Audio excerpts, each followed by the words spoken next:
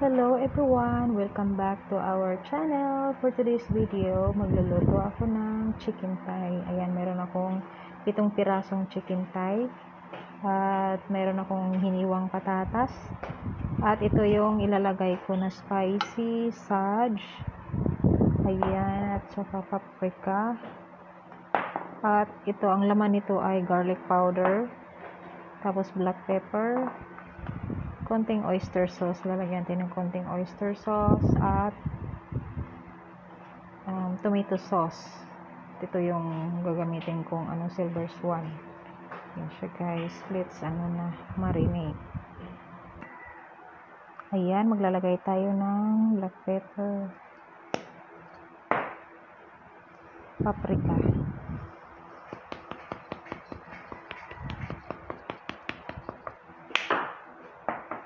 tapos yung sage,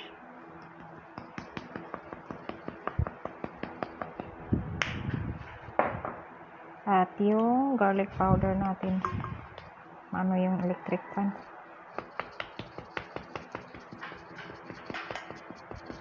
Yan, maraming garlic powder. Tapos maglalagay ako ng 2 kutsarang soy sauce.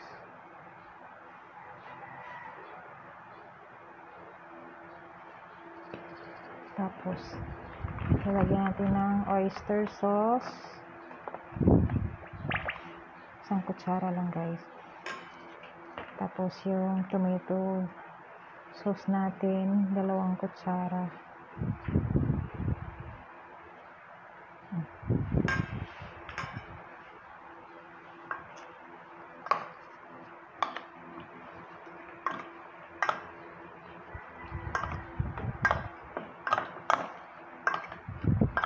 Haluin lang natin para mix yung ating spices. Ayan guys, lalagay na natin ang patatas dito sa Pyrex. Tapos lalagay natin yung ating chicken thigh.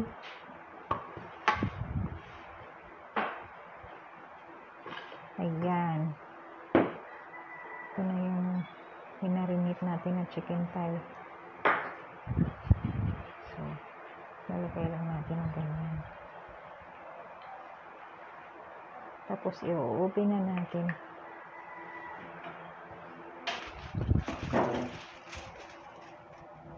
Ayan, lalagyan na at tatakpan natin ng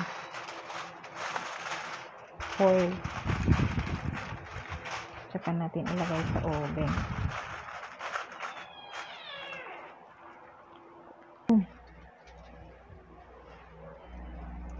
Ayan. Mga 1 oras ang pagluto nito guys.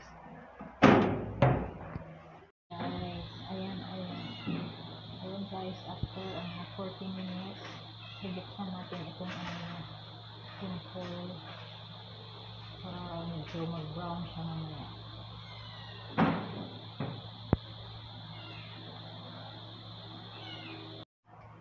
Ayan guys, tapos na ang ating chicken thigh.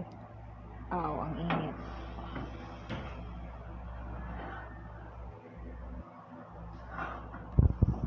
Okay. Ayan, ito na yung finished product natin na chicken thigh in oven with potato. Let's eat na guys.